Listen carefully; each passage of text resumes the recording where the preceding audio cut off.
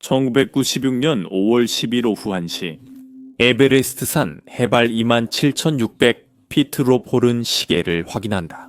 바람이 그의 마스크를 스치며 비명을 지른다.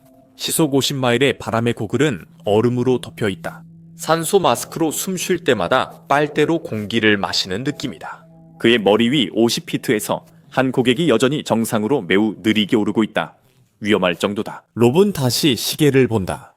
그는 모두를 안전하게 데려가야 함을 알고 있다. 이 결정은 그가 내린 것 중 가장 쉬웠다. 그 규칙 덕에 그와 39명의 고객이 살아남았다. 그러나 다음 60초 동안의 일이 두 사람의 운명과 앞으로 몇 시간의 영향을 줄 것이다. 해발이만 8,700피트에 갇혀 죽어가며 롭은 언제 모든 것이 잘못됐는지 알게 된다. 롭이 깨닫는 순간 전 세계가 무정의로 그의 말을 듣게 된다. 모든 것을 시작한 약속부터 그의 운명을 바꾼 폭풍, 전 세계를 울린 마지막 대화까지. 이것은 롭 홀과 등산 역사를 영원히 바꾼 참사에 대한 이야기다. 익스트림에 오신 걸 환영합니다. 2024년 3월 에베레스트 베이스 캠프 등반 중 롭 홀 추모비를 봤습니다. 이것이 제가 찍은 사진이고 그 이후로 계속 기억에 남아 있습니다. 왜냐하면 롭 홀은 에베레스트에서 죽을 사람이 아니었기 때문입니다. 롭은 뉴질랜드 출신의 35세 산악인이었습니다. 그는 크라이스트 처치에서 노동자 가정 9남매 중 막내로 자랐습니다. 그의 뒷마당이 서던 알프스여서 10대부터 등반을 시작했고 20대에 이미 많은 경험을 쌓았습니다. 그는 등반에 능할 뿐만 아니라 완전히 집착했습니다. 그는 뉴질랜드의 주요 본구리를 모두 오른 뒤 호주 그리고 히말라야를 목표로 했습니다. 1996년까지 롭은 에베레스트 정상에 4번 올랐습니다.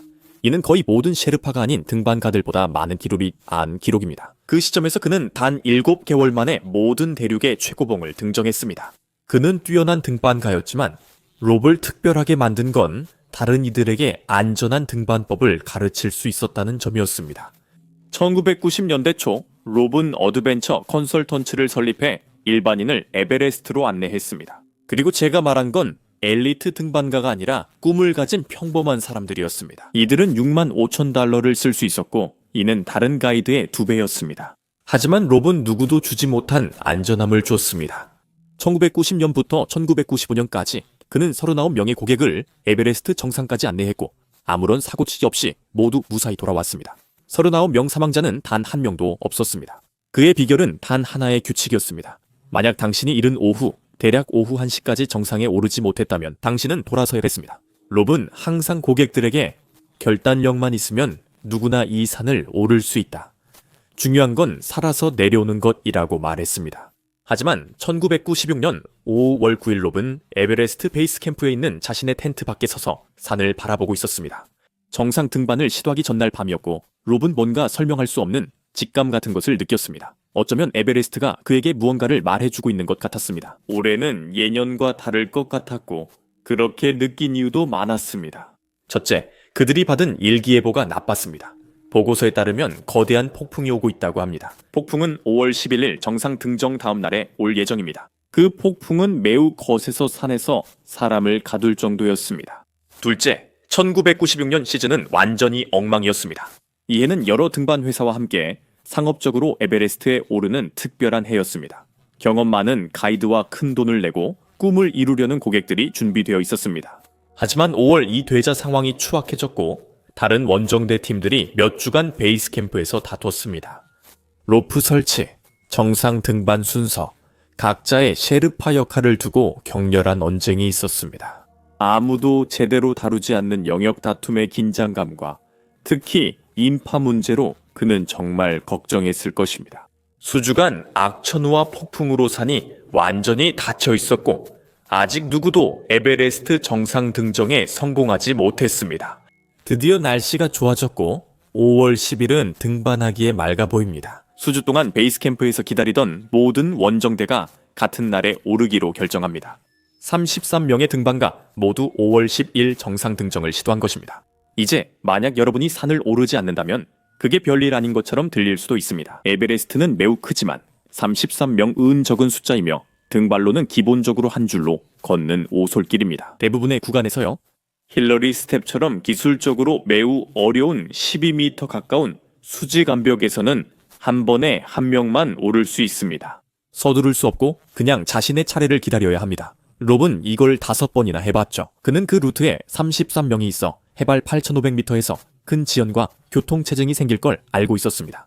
그 말은 사람들이 거기서 있어야 할 시간보다 훨씬 오래 머물게 된다는 뜻이고 결국 오후 1시를 넘기게 된다는 의미입니다. 정상 도달 회전이 늦어지면 결국 사람들이 목숨을 잃게 됩니다. 그런데도 폭풍 예보와 긴장감, 그리고 모든 직감이 기다리라고 외치고 있었음에도 불구하고 그는 등반가들에게 장비를 착용하라고 지시합니다. 그들은 자정에 출발합니다. 로볼은 자신의 모든 안전 규칙을 어기려 하고 있고 그 대가로 모든 것을 잃게 될 것입니다. 이 혼돈의 열차에서 잠시 우회로입니다. 익스트림 커뮤니티에 합류하고 싶다면 독점 영상을 확인해 보세요. 저희의 다른 콘텐츠를 먼저 만나보고 콘텐츠 투표에도 참여하세요. 그리고 패트리온에서 저희와 함께하세요. 그곳에서 뵙겠습니다. 롭은 모든 경고 신호와 자신이 오랜 성공적인 등반 경력 동안 지켜왔던 턴어라운드 타임 규칙까지 무시했습니다. 딱 이 한 명의 특정 고객을 위해서였는데 그는 누구이고 그에겐 어떤 특별한 점이 있었던 걸까요? 그 남자는 더그 헨슨으로 시애틀 출신의 46세 이혼남이자 27년 동안 미국 우체국에서 일한 우편 배달부였습니다. 그는 엘리트 운동선수도 아니고 신탁기금으로 사는 부잣집 자식도 아닙니다. 그냥 평범한 남자일 뿐이고 지금 막 복잡한 이혼을 겪고 있는 중입니다. 이혼 후에 더그는 자신만의 무언가, 어떤 목적, 어떤 목표가 필요하다고 결심했고 그는 그것을 등반에서 찾았습니다. 그는 워싱턴 주의 산에서 시작해 점점 더 큰 본구리에 도전하다가 결국 에베레스트 산을 오르겠다는 생각까지 하게 됐습니다. 평범한 월급을 받는 우체국 직원에게는 정말 말도 안 되는 꿈이었죠. 원정 비용만 해도 6만 5천 달러 나들고 장비나 훈련, 휴가 비용은 포함도 안 된 금액이었습니다. 하지만 더그는 그 꿈에 집착하게 됐어요. 술을 끊고 마라톤을 뛰기 시작했으며 한 푼 한 푼 모으기 시작했죠. 그리고 1995년에 마침내 에베레스트 등반을 위해 롭 홀에게 가이드 비용을 지불할 만큼 충분한 돈을 모았습니다. 우리 이야기의 1년 전인 1995년 5월 10일 더그는 실제로 그 꿈을 이루고 있었습니다. 그는 세계 최고 가이드 중 한 명과 에베레스트 정상에 오르고 있었습니다. 하지만 등반은 매우 힘들었고 더그는 고군분투하고 있었습니다. 그는 꿈에 다가가고 있었지만 속도가 너무 느렸습니다. 오후 2시 30분까지. 더그 한센은 에베레스트 정상에서 330피트 떨어진 곳에 있었다. 그는 정상에서 바람에 펄럭이는 기도 깃발을 볼 수 있었고 다른 등반가들이 그곳에서 사진을 찍고 있는 것도 볼 수 있었습니다. 그는 매우 가까이 있었고 그때 롭 홀의 목소리가 무정의로 들렸습니다. 더그, 우리 이제 돌아가야 해. 더그의 입장이 되어보는 게 상상이 되시나요? 평생 모은 돈을 다 쓰고 1년간 훈련했으며 몇 주간 등반해 몸을 한계까지 밀어붙인 끝에 이제 330피트만 남았습니다. 기본적으로 축구장 길이 정도입니다. 당신의 인생 전체를 집어삼킨 꿈을 이루기까지 이제 그 거리만 남았는데 돌아서야만 합니다. 그리고 복잡한 이혼을 막 끝낸 남자는 어차피 잃을 게 없다고 생각했을지도 모릅니다. 하지만 그날 더그는 롭과 하산했어요. 그는 롭의 규칙을 따라 살아남았지만 더그의 마음은 무언가 부서졌습니다. 하상 이래 그는 모두에게 정상은 가까워 보인다고 했고 그 생각은 계속 떠나지 않았습니다. 저는 그 일에 대해 생각해 본 적이 없고 롭은 옳고 안전한 결정을 내려 마음속에 무언가가 부서졌습니다. 하지만 그는 한 남자의 꿈을 무너뜨렸습니다. 그 꿈은 정말 가까이 있었습니다. 그리고 그것은 죄책감을 만들었습니다. 깊고 갉아먹는 듯한 죄책감이었고 롭은 그 죄책감을 다음 해까지 떨쳐낼 수 없었습니다. 롭은 더그와의 가까움, 그리고 그를 돌아서게 했을 때 더그의 표정을 계속 떠올릴 수밖에 없었습니다. 그래서 롭은 더그에게 전화를 걸었고 그리고 또다시 계속해서 그에게 전화를 걸었습니다. 1년 동안 롭은 뉴질랜드에서 더그에게 약 12번 정도 전화를 걸었습니다. 단지 돌아오라고, 다시 시도해보라고 말하기 위해서였습니다. 너무 아쉬웠어. 넌 할 수 있어. 롭은 평소 6만 5천 달러에서 할인도 제안했어. 롭은 더그의 재도전을 바랐고 더그도 쉽게 포기하지 못했습니다. 그 정상은 365일 내내 매일같이 더그를 괴롭혔습니다. 더그는 330피트밖에 남지 않았던 그 순간을 계속 떠올렸고 그래서 다시 한번 이 등반에 도전하기로 결심했습니다. 더그는 집을 담보로 잡고 워싱턴주 켄트의 연구학교 학생들에게 티셔츠를 팔게 했습니다. 등반 자금 지원을 위해 학생들은 정상에 꽂을 작은 미국 국기를 그에게 주었습니다. 더그는 1996년 팀원들에게 이 일을 끝내고 인생을 정리하고 싶다. 다시 오고 싶지 않다고 했습니다. 이제 고객과의 단순한 관계가 아니라 롭에게는 개인적이고 약속과도 같았습니다. 그는 더그를 위해 정상에 올라야 했고 상황이나 직감에 상관없이 반드시 해내야 했습니다. 1996년 5월 10일 자정이 조금 지난 후 여러 원정대의 33명 등반가가 캠프사에서 정상 도전에 나섭니다. 그들에는 롭 홀, 가이드 마이크 그룸, 더그 등 고객 6명이 있었습니다. 처음부터 더그는 힘들어하고 있었습니다. 그는 몇 주 전 베이스 캠프에 도착했을 때부터 문제가 있었습니다. 그는 네팔 오기 전 미국에서 목 수술을 받았습니다. 그의 목은 헐어 있었고 어떤 날은 거의 말을 할 수 없었으며 고지대의 희박한 공기는 상황을 더 악화시키고 있었습니다. 게다가 더그는 극심한 두통으로 머리가 계속 쿵쿵 울렸습니다. 더그는 다른 등반가들에게 자신의 상태를 누군가 내 두 눈 사이에 못을 박아 넣은 것 같다고 표현했습니다. 그리고 그의 발가락도 문제였습니다. 1995년 로비 정상에서 330피트 아래에서 더그를 하산시키고 있었습니다. 더그는 몇몇 발가락에 동상을 입어 일부를 잃었습니다. 완전히 잃을 정도로 심각하진 않았습니다. 1996년 예전에 다쳤던 같은 발가락이 다시 그를 괴롭혔습니다. 정상 등반을 며칠 앞두고 발가락이 다시 추위에 시달렸습니다. 더그는 실제로 롭에게 난 끝났어, 말도 할 수 없어 라고 말했습니다. 등반은 여기서 끝이라고 생각했지만 롭은 그에게 쉬라고 격려했고 기다려보자고 담했으며 그는 강한 사람이니 곧 회복할 거라고 말했습니다. 그리고 더그는 실제로 조금 나아진 것처럼 보여서 5월 10일에 도전하기로 결정했습니다. 하지만 그날 밤 정상으로 오르며 롭은 더그가 여전히 힘들어함을 알았습니다. 그의 속도는 느렸고 훨씬 더 느려야 할 것 같았습니다. 한 걸음 한 걸음이 엄청난 노력이 필요한 것처럼 보였습니다. 전날 밤에 불안이 다시 밀려왔지만 롭은 이를 억누르고 등반을 계속합니다. 하지만 그들이 약 27,500피트 높이에 있는 발코니라는 구간에 도달했을 때 모든 것이 멈춰버립니다. 발코니는 등반 경로에서 비교적 평평한 구간이지만 그 바로 뒤에는 고정 로프가 필요한 가파른 구간이 있습니다. 이 고정 로프는 등반가들의 추락을 막기 위해 하네스에 연결하는 안전선입니다. 문제는 이 로프가 없다는 점입니다. 원정대 중 한 셰르파가 미리 올라가서 로프를 설치하기로 되어 있었지만 아직 설치되지 않았습니다. 현재 수십 명의 등반가들이 해발 27,500피트 외 추운 어둠 속에서 로프 설치를 기다리며 멈춰 있습니다. 그래야 계속 갈 수 있습니다. 그들은 오전 11시 30분까지 거의 1시간을 기다립니다. 롭의 고객들 중 일부는 머릿속으로 계산을 하기 시작합니다. 그들은 자신들이 얼마나 많은 시간을 잃었는지, 속도가 얼마나 느렸는지, 그리고 아직도 앞에 길게 늘어선 등반가들의 줄을 바라봅니다. 그리고 롭의 고객 3명, 스튜어트 허치슨, 존 테스키, 루 코시슈카는 결정을 내립니다. 그들은 돌아가기로 합니다. 이 사람들은 아직 정상에 가까이 가지도 못했지만 오후 1시 전환 시간에 맞추지 못할 것이라는 걸 알고 있습니다. 그래서 그들은 인생에서 가장 힘든 선택을 하며 65,000달러를 포기하고 하산합니다. 왜냐하면 살아남는 것이 정상에 오르는 것보다 더 중요하기 때문입니다. 이것이 바로 롭의 규칙이 존재하는 이유입니다. 너무 늦기 전에 사람들이 현명한 결정을 내리도록 강요하는 것이죠. 롭은 이 3명의 고객이 내려가는 모습을 지켜보고 있고 그 역시 똑같이 내려가야 합니다. 덕에게는 지체가 너무 길고 덕의 속도는 너무 느리며 계산이 맞지 않습니다. 하지만 롭은 덕이 느리게나마 움직이는 걸 보고 자신도 이 상황을 감당할 수 있다고 다짐합니다. 오후 1시가 되자 롭과 덕은 27,600피트에 도달했지만 여전히 정상보다 1,400피트 이상 아래에 가 있습니다. 그 속도라면 정상까지 최소 1시간 반, 길게는 2시간 더 올라야 합니다. 즉 롭이 원칙을 지키면 그들은 정상에 오르지 못하고 덕도 다시는 정상에 오를 수 없습니다. 롭의 입장에 있다고 상상할 수 있나요? 누군가와 명확하진 않지만 약속을 했고 이제 그 약속을 지킬지 원칙을 따를지 선택해야 합니다. 그 원칙 덕분에 모두가 살아남을 수 있었죠. 그리고 그의 명성도 걸려 있습니다. 롭은 주변을 살피며 다른 원정대가 등반 중인 것을 봅니다. 스콧 피셔, 마운틴 매드니스 리더이자 롭의 경쟁자는 계속 정상 등정을 시도하고 있었습니다. 스콧 역시 롭처럼 엘리트 가이드였습니다. 두 사람 모두 최고가의 비용을 받았습니다. 두 사람 모두 기대하는 고객이 있습니다. 롭이 돌아서고 스콧이 고객을 정상까지 데려가면 그 의미는 무엇일까요? 사람들은 어떻게 생각할까요? 앞으로 고객이 어떤 회사에 65,000달러를 지불할지 고민하겠죠? 그리고 더 깊은 무언가가 있습니다. 롭홀은 에베레스트를 5번이나 등정했습니다. 5번이나요. 그는 셰르파가 아닌 사람 중 이 산을 가장 잘합니다. 그의 머릿속엔 너는 롭홀이야 라는 목소리가 있습니다. 넌 할 수 있어. 다른 가이드에겐 오후 1시 제한이 필요할지 몰라도 시간을 지켜야겠지만 내 경험과 실력으로 조금 더 밀어붙이면 모두를 안전하게 내려보낼 수 있다고 생각합니다. 이거 노만이 아니라 8년간 39명의 고객, 과 사망자 0명에서 얻은 자신감이야. 그런 실적 때문에 넌 남이라면 못 견딜 상황도 할 수 있다고 믿는 거야. 롭은 선택을 한다. 더그에게 돌아가라 하지 않고 계속 등반한다. 이 순간 로폴은 자신의 규칙을 어겨.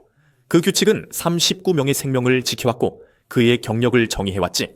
그는 우린 할 수 있어. 2시간만 더 가면 정상이다. 3시 30분까지 하산하자 라고 말한다. 아직도 햇빛은 충분하고 산소도 버틸 거야. 나는 이 산을 잘 알아. 내가 할 수 있어. 롭이 아직 모르는 것, 그가 볼 수 없는 것은 바로 이 결정이 둘 다 죽음으로 몰았다는 거야. 오후 2시까지. 롭과 더그는 아직 정상에 못 갔어. 다른 원정대 등반가 210, 215명이 지금 정상에 도달하고 있어. 모두가 되돌아가야 할 시간을 훌쩍 넘겼고 모두가 같은 도박을 하고 있어. 그리고 오후 2시 30분 로폴은 되돌아가야 할 시간을 90분 넘긴 끝에 인생 5번째로 에베레스트 정상에 올랐다. 그리고 그는 그곳에서 기다려. 왜냐하면 더그 한센이 아직도 그보다 수백 피트 아래에서 마지막 발걸음을 내디디며 올라오고 있기 때문이야. 그리고 롭은 두 사람의 운명을 결정짓는 행동을 해. 그는 더그가 힘들어하는 것을 보고 더그를 도와주기 위해 다시 아래로 내려가기 시작해. 마지막 구간을 오를 수 있도록, 그의 꿈을 이룰 수 있도록 도와주기 위해서야. 오후 4시 30분 더그 한센이 에베레스트 정상에 올랐고 롭도 해냈어. 그가 느꼈던 빚은 더그를 위해 갚은 셈이야. 바로 이 순간을 위해 살아온 거지. 그는 학교 아이들이 준 작은 미국 국기를 꺼내고 사진을 위해 미소를 지으려 하지만 얼굴이 거의 얼어붙었어. 축하도 승리의 환호도 없어.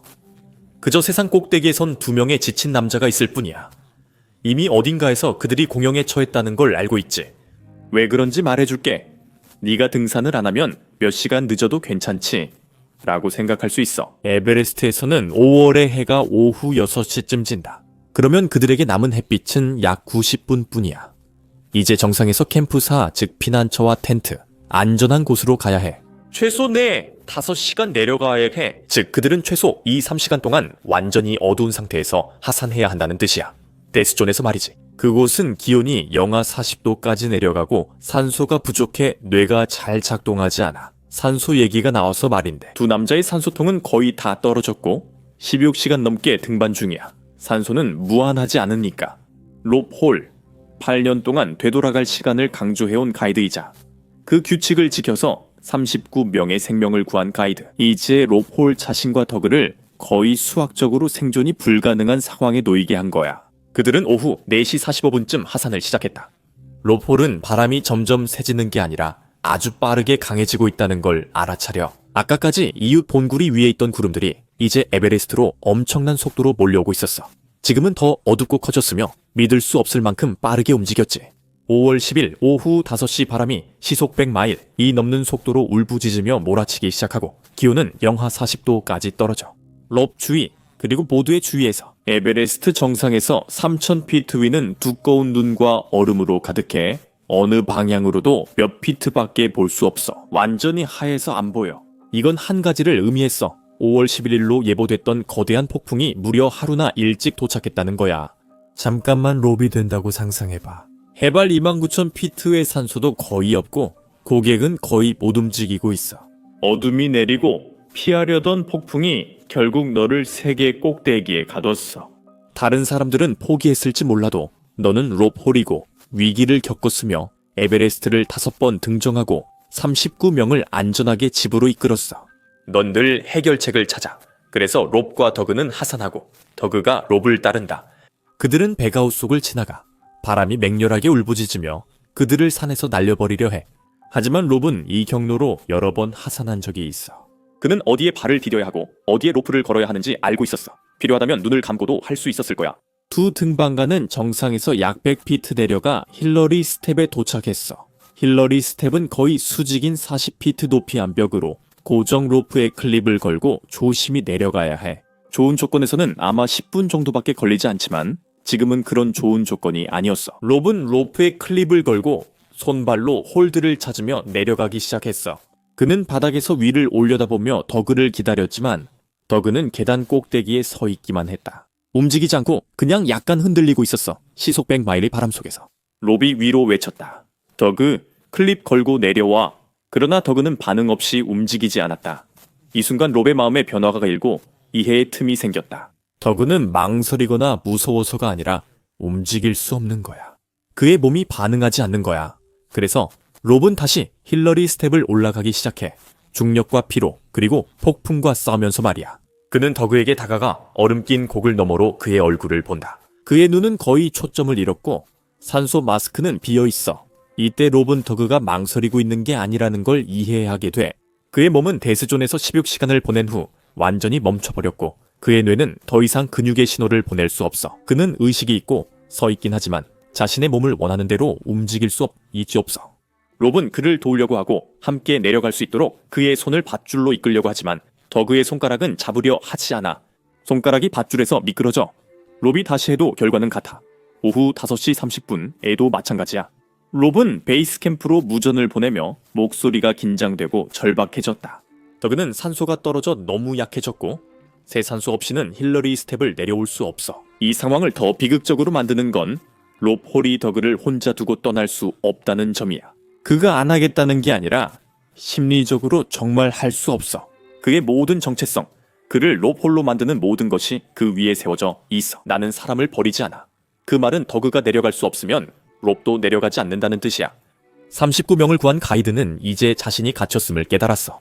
그의 역할이 달라진 거지. 이제 그는 고객을 구하는 가이드가 아니라 죽을 위기에 놓인 남자일 뿐이야. 5월 10일 밤부터 11일 새벽까지 롭과 더그는 힐러리 스텝에서 하산을 위해 사투를 벌였어. 그들은 150m 이동에 12시간이나 걸렸어. 그들은 기어가며 자주 쉬고 폭풍 속에서 조금씩 나아가고 있었어. 새벽 2시 46분 폭풍이 시작되고 9시간 후 베이스 캠프의 누군가가 잡음과 바람이 섞인 끊어진 무전 신호를 듣는다. 그러다 한 목소리가 외쳤어. 계속 움직여, 계속 가. 그건 롭이었다. 그는 계속 시도하고 안내하며 더그를 살리려 애썼다. 그리고 자신이 아는 진실과도 싸우고 있었다. 하지만 5월 11일 새벽 4시 43분 롭의 목소리가 다시 무정의로 들려올 때 모든 것이 달라졌어. 그의 목소리는 약하고 쉰 소리에 바람 소리에 거의 들리지 않을 정도였어. 그는 현재 사우스 서밋 해발 약 28,700피트에 있어. 그는 어떻게든 힐러리 스텝에서 내려왔지만 지금 혼자야. 베이스 캠프에서 누군가 롭 더그는 어디 있습니까? 라고 두려워하며 묻는다. 잠시 침묵이 흐르고 바람 소리와 잡음이 들려. 그리고 롭의 목소리가 들려. 더그는 갔어. 두 마디, 그게 전부야. 설명이나 자세한 내용 없이 더그 한세는 힐러리 스텝과 사우스 서밋 사이 어딘가에서 사망했어. 그가 넘어졌는지, 멈췄는지, 아니면 얼어붙었는지 롭은 말하지 않는다. 아마 롭도 모를 수도 있고 차마 말할 수 없었을 수도 있어. 어쩌면 롭 자신도 문제가 있었기 때문일지도 몰라. 이제 봐. 롭은 26,000피트 넘는 고도에 24시간 넘게 있었고 산소도 몇 시간 전에 다 썼어. 그는 시속 100마일에 달하는 강풍과 영하 40도의 온도에 노출되어 있었어. 텐트도 피할 곳도 없이 등산복만 입고 있었다. 그의 손은 동상으로 망가졌고 손가락 감각도 없으며 딱딱하게 얼어 쓸모없게 변했다. 무정의를 작동시키려고 할 때는 버튼 하나 누르기 위해 두 손을 모두 써야 했어. 그의 발도 마찬가지야. 부츠 안에서 꽁꽁 얼어붙어 단단해졌지. 그는 부츠를 벗어서 확인해 보진 않았지만 다리로 저림이 서서히 올라오는 걸 느낄 수 있어. 롭은 이제 28,700피트에서 밤새도록 노출된 채로 보냈지만 아직 살아있어. 그의 정신은 또렷하고 아직 말도 하고 생각도 할 수 있지만 그의 몸은 점점 한계를 드러내고 있어. 오전 9시 1996년 5월 11일 오전 롭은 산소 마스크를 다시 작동시켰어. 밤새 산소 마스크가 완전히 얼어붙었지만 어떻게든 그는 그것을 녹여서 예비 산소통 중 하나에 연결했어. 셰르파들은 그의 아래에 있었다. 그가 베이스 캠프로 무전을 보내는데 목소리가 예전 롭처럼 더 힘차고 좋아 보여. 이제 산소가 있어. 손과 발은 동상에 걸렸지만 그래도 베이스 캠프까지 내려갈 수 있을 것 같아. 가이 코터는 롭의 절친이자 에베레스트 가이드로 이 말을 듣고 희망이 생겼어. 롭이 성공할 수도 있다고 느꼈지. 어쩌면 에베레스트 최고의 가이드가 한 번 더 기적을 만들어낼 수 있을지도 몰라. 하지만 롭은 조금만 쉬고 몸을 녹인 뒤 움직일게 라고 했다. 몇 시간이 지나도 롭은 오후 3시가 돼도 움직이지 않아. 가이는 점점 더 다급해지고 있어. 롭, 지금 내려와. 거기 못 있어. 여기서 롭의 목소리에서 흥미롭고 가슴 아픈 점이 느껴져. 봐, 내가 동상 걸린 손으로 로프 매듭을 풀 수 있었다면 6시간 전에 내려갔을 거야. 친구, 애들 몇 명만 큰 보온병에 뜨거운 음료 담아 올려보내줘. 난 괜찮을 거야. 저 말 들어봐. 로폴은 해발 28,700피트에 있습니다. 그는 30시간 넘게 노출됐고 손발이 망가졌으며 뇌 일부는 여전히 구조대를 기다리고 있습니다. 아직도 자신이 내려갈 수 있다고 믿습니다. 로브의 정신은 아직 또렷하지만 그의 몸은 이제 정신이 시키는 대로 할 수 없기 때문입니다. 그의 손은 더 이상 밧줄을 잡을 수 없고 그의 발은 몸무게를 지탱할 수 없습니다. 설령 가능해도 그는 데스존에서 30시간을 보내 너무 약해 앉아있기도 힘듭니다. 그래서 롭은 불가능한 선택지를 머릿속으로 따져봅니다. 능선을 기어서 내려갈 수 있을까요? 아마도요. 하지만 사우스 서밋에서 캠프사까지는 2000피트 넘는 험난한 지형입니다. 그는 누군가 자신에게 올 수 있는지 물었고 그때 가인은 롭이 붙잡고 있던 희망을 산산조각 내는 말을 해야 했습니다. 앙도르제와 락파칠이 두 셰르파가 그에게 다가가려 했던 아침이었습니다. 그들은 캠프사에서부터 3000피트의 수직 고도를 오르며 폭풍과 피로에 맞서 싸웠습니다. 그들은 롭의 위치 300피트 이내까지 접근해 그를 볼 수 있었습니다. 하지만 롭이 있던 곳에는 시속 100마일이 넘는 바람이 불어 그들을 산에서 날릴 정도였습니다. 45분을 기다리며 여러 방법을 썼지만 마지막 300피트는 오르지 못했습니다. 그들은 산소통과 뜨거운 음료 보온병을 최대한 높은 곳에 두고 내려왔습니다. 그들은 돌아설 수밖에 없었습니다. 그렇지 않으면 죽을 테니까요. 롭은 이 소식을 조용히 받아들입니다. 알겠어요. 여기서 기다릴게요. 날씨가 좋아질 수도 있겠네요. 그는 아직도 변할 가능성에 기대고 있습니다. 폭풍이 지나고 몸이 따뜻해지면 모든 논리와 과학을 거슬러도 살아남을 수 있다고 믿고 있습니다. 하지만 저는 롭의 한 부분이 아무도 오지 않고 이미 자신이 죽었다는 걸 알고 있었다고 생각합니다. 그는 몸은 죽어가지만 정신은 살아있습니다. 이것이 롭홀의 죽음에서 가장 잔인한 점일 수 있습니다. 그는 혼란하거나 망상에 빠진 것이 아니라 자신의 상황을 완전히 고통스럽게 인식하고 있습니다. 5월 11일 오후 6시 20분 베이스 캠프는 롭의 무정의를 위성전화로 뉴질랜드 크라이스트 처치에 있는 그의 아내 젠 아널드에게 연결합니다. 그녀는 임신 7개월째입니다. 젠은 의사이자 1993년 롭과 에베레스트 정상에 오른 베테랑 등반가입니다. 젠은 이 산들을 잘 알고 있으며 28,700피트에서 30시간 넘게 갇혀있는 것이 무엇인지도 잘 압니다. 전화가 연결되기 전에 롭은 잠깐만 시간을 달라고 합니다. 그의 목소리는 조용합니다. 잠깐만, 입이 너무 말라. 그녀와 이야기하기 전에 눈을 조금 먹고 싶어요. 롭은 마음을 가다듬고 있습니다. 왜냐하면 롭이 지금 하려는 일은 아마도 그가 평생 해온 일 중에서 가장 힘든 일일 수 있기 때문입니다. 그는 자신이 사랑하는 여성을 위로하려고 합니다. 자신이 죽어가고 있는 상황에서요. 그리고 그는 괜찮은 척하려고 목소리에 두려움이 묻어나지 않게 하려고 노력할 것입니다. 전화가 연결되자 산에 여러 캠프 수십 명이 무전 주파수로 통화를 듣고 있습니다. 모두가 조용합니다. 왜냐하면 모두가 이게 무슨 상황인지 알고 있기 때문이죠.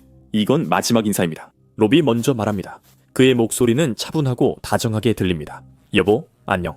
따뜻한 침대에 있길 바래. 잘 지내니? 그는 평소처럼 억지로 평범한 통화인 척합니다. 얀의 목소리가 들리고 그녀가 강해지려 애씁니다. 그는 희망을 주려 노력하죠. 당신을 얼마나 생각하는지 말로 못해요. 생각했던 것보다 훨씬 건강하게 들리네. 따뜻하게 지내고 있어, 자기야. 고도와 환경을 생각하면 꽤 편안한 편이야. 그는 거짓말이야. 28,700피트에서 30시간 넘게 노출됐고 손발이 망가졌어. 그의 몸은 점점 멈추지만 그는 편안하다고 해. 그녀를 지키려는 거야. 야는 그에게 희망을 주려고 애쓰면서 당신을 완전히 회복시켜줄 나를 기대하고 있어요. 라고 말해. 집에 돌아오면 반드시 구출될 거예요. 혼자가 아니니 제 긍정 에너지를 보냅니다. 그리고 그녀의 목소리에서는 그를 살아남게 하려는 의지, 사랑과 희망의 힘만으로 그에게 힘을 주려는 노력이 느껴져. 하지만 롭은 자신이 야니하는 것을 안다는 걸 알고 있지만 그 사실을 알고 있다는 말을 하지 않아. 28,700피트에서는 구조가 없어. 그가 직접 말했듯이 달에 있는 거나 마찬가지야. 그리고 롭의 마지막 말, 그가 누군가에게 남기는 마지막 말은 이거야. 사랑해. 잘 자. 내 사랑. 너무 걱정하지 마. 그 말을 다시 들어봐. 너무 걱정하지 마. 곧 볼 거야? 아니야. 난 해낼 거야. 제발 걱정하지 마. 그는 더 이상 어떻게 살아야 할지 묻지 않고 이제 죽음을 받아들이려 한다. 롭은 통화 후 라디오를 끈다. 그는 할 말을 다 했다. 이제 고요하고 추운 속에서 롭홀은 28,700비트의 대피소 대수소 없이 약 30시간 갇힌 끝에 홀로 운명을 맞이했다. 롭홀은 1996년 5월 11일 저녁에 사망했다. 나는 그의 마지막 순간을 알지 못한다. 아무도 모른다. 하지만 나는 그의 마지막 말이 절망이나 공포가 아닌 받아들임 같은 조용한 감정이었다는 걸 안다. 그는 이렇게 말했다. 얀에게 작별 인사를 했다. 그는 그녀에게 사랑한다고 말했고 그녀가 조금이라도 덜 힘들도록 노력했다. 그는 다가오는 일을 받아들였다. 롭홀은 성인이 된 후 평생 산에서 지냈다. 그는 에베레스트를 5번 등정하고 39명을 안전하게 귀가시켰다. 그리고 이제 그가 사랑하고 존경하며 가장 잘 알았던 그 산이 그를 데려가고 있었다. 1996년 5월 23일 롭의 마지막 무전 12일 후 IMAX 원정대가 남쪽 정상에서 롭의 시신을 발견했다. 그는 그 자리에서 얼어붙은 채 작은 움푹 팬 곳에 앉아 있었다. 그는 마지막 순간 정상 쪽을 선택하고 약속을 지킨 그곳을 바라보며 보냈다. 더그 한센에게 1996년 참사는 롭 홀뿐만 아니라 많은 이들이 목숨을 잃은 날이었다. 롭 홀, 더그 한센, 앤디 해리스, 그리고 그들을 도우려다 사라진 롭의 또 다른 가이드 야스코 남바, 정상 등정 후 하산 중 숨진 47, 새 일본인 스코피셔는 마운틴 매드니스 가이드이자 롭의 경쟁자이며 북능에서 숨진 새 인도 등반가도 있다. 1996년 시즌은 당시 에베레스트에서 가장 많은 사망자가 발생한 시즌이 되었습니다. 그해 봄 총 12명 이산에서 목숨을 잃었지만 롭 홀의 죽음에서 또 다른 무언가가 나왔습니다. 그것은 등산의 역사를 영원히 바꿔한 일이었습니다.